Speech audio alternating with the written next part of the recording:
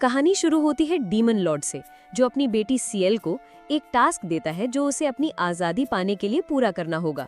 उसका मिशन है सबसे काबिल हीरो को बिना किसी मदद के मारना।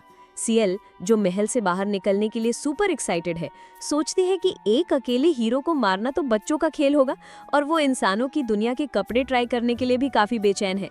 दूसरी तरफ एनेमोने नाम की एक असैसिन को एक प्रीस्ट का भेष बदलने वाले काम के लिए 100 मिलियन का ऑफर मिलता है।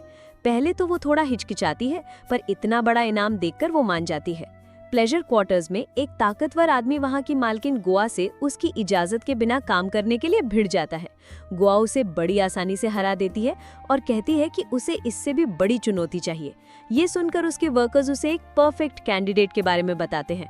अब सीन बदलता है और हम बिगिनिंग्स नाम के एक शहर में हैं, जहां कुछ नए एडवेंचरर्स इस बात पर चर्चा कर रहे हैं कि सिर्फ 3 लोगों के साथ एक जॉब करना कितना मुश्किल है। तभी हीरो टोटो वहां आता है और एक सपने में खो जाता है, जहां वो सोचता है कि वो लोग उसे डीमन लॉर्ड को मारने के लिए अपनी पार्टी में शामिल होने के लिए बुला रहे हैं। पर सोशल एंजाइटी की वजह से टोटो उनसे बात करने में घबराता है और गलती से उन्हें डराकर भगा देता है। जैसे ही टोटो जाने की तैयारी करता है, सीएल, एनेमोने और गोआ उसके सामने आती हैं और तीनों उससे उनके साथ एक पार्टी बनाने के लिए कहती हैं। गिल्ड के बाकी मेंबर्स ये देखकर हैरान हैं कि सबसे कम पॉपुलर हीरो को इतनी सुंदर लड़कियां कैसे मिल रही है। टोटो एडवेंचर पर जाने की बात से खुश होकर हाँ कहने ही वाला होता है कि गोआ ऐलान करती है कि उसकी दिलचस्पी सिर्फ टोटो में है और उसका हाथ पकड़ लेती है, जिससे टोटो शर्म के मारे बेहोश हो जाता है। गोआ को इस अजीब से टोटो को अपना पेट बनाने का मौका दिखता है, जबकि सीएल और एनेमोने उसे खत्म करने का फैसला करती है। सीएल पहले एक्शन लेती है और मैजिक का यूज करके टोटो को उठाकर गिल्ड से बाहर ले जाती है। एनेमोने और गोआ उनका पीछा करती हैं और एनेमोने अपनी बंदूक से सीएल पर हमला करती है। सीएल हमले को रोककर टोटो के साथ नीचे उतरती है। गोआ चुपके से एक बेहोश करने वाला परफ्यूम छोड़ देती है। सीएल टोटो को अपने पास रखने के लिए एक समनिंग स्पेल का यूज करने की कोशिश करती है, पर गोआ की परफ्यूम से पैरालाइज होने और एनेमोने के दखल की वजह से उसका स्पेल कंट्रोल से बाहर हो जाता है और एक खतरनाक डार्क स्पाइडर ड्रैगन को समन कर देता है। जैसे ही ड्रैगन हमला करता है, टोटो, जो अब होश में आ चुका है, उसे एक ही मुक्के में हरा देता है। तीनों लड़कियां उसकी पावर देखकर हैरान रह गईं। उन्होंने फौरन मासूम बनने की एक्टिंग की, उसकी तारीफ की और उससे चिपक गई, जिससे वो फिर से बेहोश हो जाता है। अब तीनों को समझ आ गया था कि टोटो को मारना आसान नहीं है और वो तीनों एक दूसरे की दुश्मन हैं। गोआ सुझाव देती है कि उन्हें इंट्रोडक्शंस और लंच के लिए टोसिन शहर जाना चाहिए। रेस्टोरेंट में टोटो अपनी शर्म की वजह से इंट्रोडक्शंस में स्ट्रगल करता है, पर जैसे तैसे कह देता है कि वो उन सब की रक्षा करेगा। गोआ गर्व से उससे चिपक जाती है और जानबूझकर उसे बेहोश कर देती है। जब वो बेहोश होता है तो वे अपने असली इरादों पर बात करती है। सीएल डीमन लॉर्ड की बेटी है, गोआ प्लेजर क्वार्टर्स की मालकिन है जिसका मकसद टोटो को अपना पेट बनाना है, और एनेमोने एक असैसिन है और टोटो उसका टारगेट है। ये जानकर कि वे सब एक ही चीज चाहती हैं, एनेमोने कंपटीशन की वजह से काम छोड़ने का नाटक करती है और वहां से चली जाती है, पर असल में वो टोटो को स्नाइप करने का प्लान बना रही थी। तभी उसे 2 स्लेव ट्रेडर्स एक छोटी लड़की को बेचते हुए दिखते हैं। वो उस बच्ची को बचा लेती है, पर वो ट्रेडर असल में एक मॉन्स्टर निकलता है।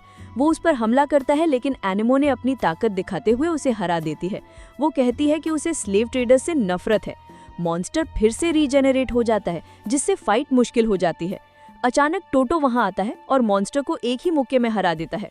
एनेमोने उसकी मौजूदगी से हैरान है और वो उसे उसकी रक्षा करने का वादा याद दिलाता है, जिससे वो शर्मिंदा हो जाती है। वो उसका चाकू देख लेता है और वो सफाई देने से बचने के लिए एक फ्लाइंग किस देकर उसे बेहोश कर देती है। सीएल और गोआ ये सब देख रही होती हैं और सवाल करती हैं कि एनेमोने ने मॉन्स्टर को सीधे स्नाइप क्यों नहीं किया। एनेमोने बताती है कि वो नहीं चाहती थी कि बच्ची कोई खूनी सीन देखे। वो दोहराती है कि उसे इस सड़ी हुई दुनिया को बदलने के लिए पैसे की जरूरत है, इसीलिए वो टोटो को मारने का इरादा नहीं छोड़ सकती। वो टोटो पर हमला करने की कोशिश करती है, लेकिन उसकी मदद याद करके वो उसके चेस्ट प्लेट पर मारती है, जिससे उसका चाकू टूट जाता है। शर्मिंदा होकर वो वहां से चली जाती है। रात में गोआ सुझाव देती है कि वे सब एक इन में रुके और चारों के लिए एक ही कमरा बुक करती है। एनेमोने एक अलग कमरा लेती है और लड़कियों के साथ एक ही बिस्तर शेयर करने के ख्याल से टोटो बेहोश हो जाता है।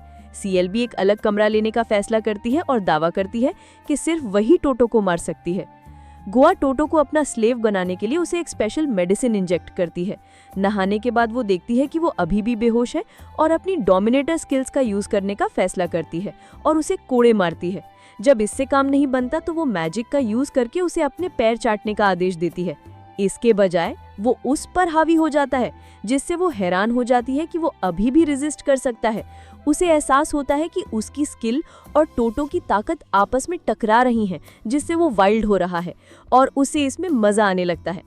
फिर टोटो को होश आता है, वो सिचुएशन देखता है और उसकी नाक से खून बहने लगता है और वो फिर से बेहोश हो जाता है। गोवा के कमरे में लड़कियां टोटो के उसकी स्किल को रेजिस्ट करने के बारे में बात करती है।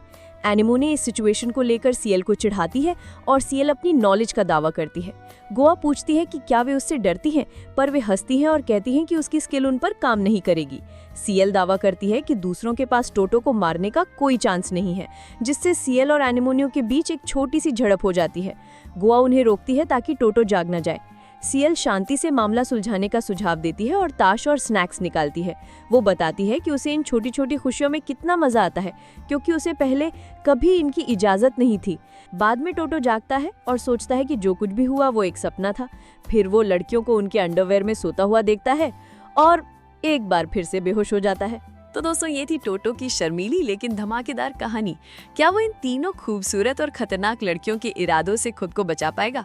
और इस अजीबोगरीब पार्टी का अगला एडवेंचर क्या होगा? देखना चाहते हैं तो हमें कमेंट करके जरूर बताना।